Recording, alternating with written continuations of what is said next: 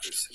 देखिए हमारे सीएम साहब क्या बोले। আৰম্ভণিৰ সময়ছোৱাত অৰুণোদয় আঁচনিত হিতাধিকাৰীৰ সংখ্যা 20 লাখতকৈও কম আছিল।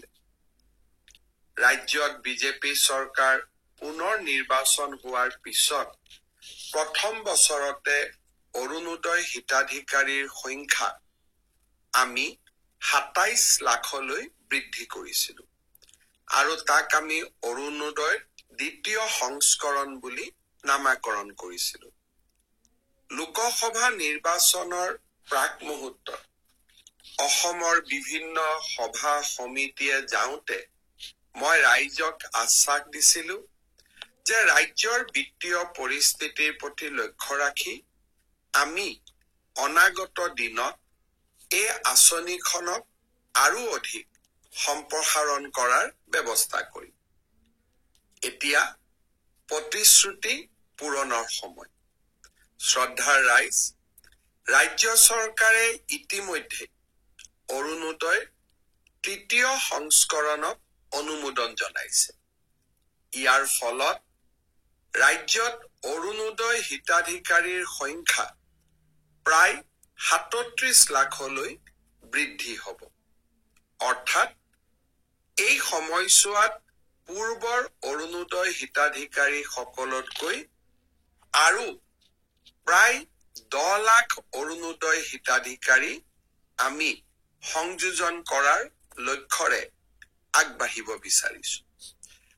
শ্ৰদ্ধাৰ ৰাইজ, অৰুণোদয় হ'ল এখন স্বচ্ছতাৰে পৰিপূৰ্ণ সুন্দৰ আঁচনি। ৰাজ্যৰ আইমাতৃসকলে বিভিন্ন শিতানত প্ৰতি মাহৰ 10 তাৰিখে 1250 টকা বেংক একাউণ্টত লাভ কৰে।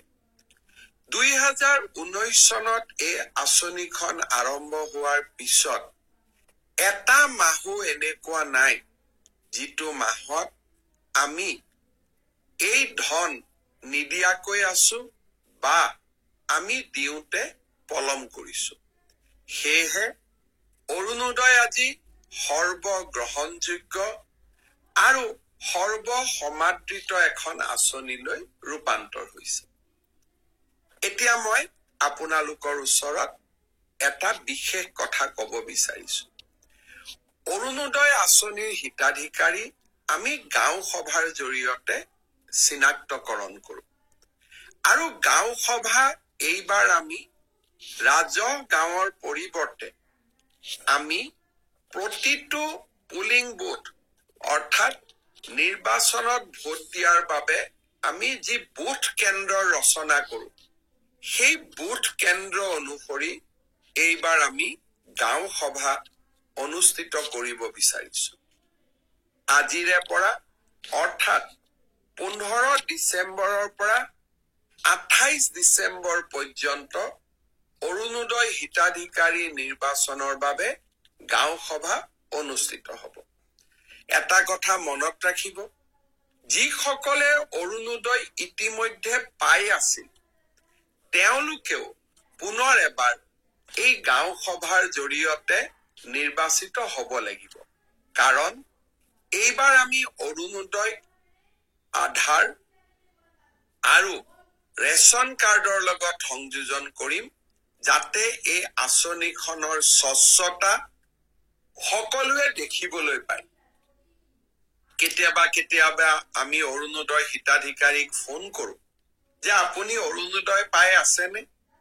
ফোনত কথা কোৱা মানুহজনে কয় মই অৰুণোদয় পোৱা নাই।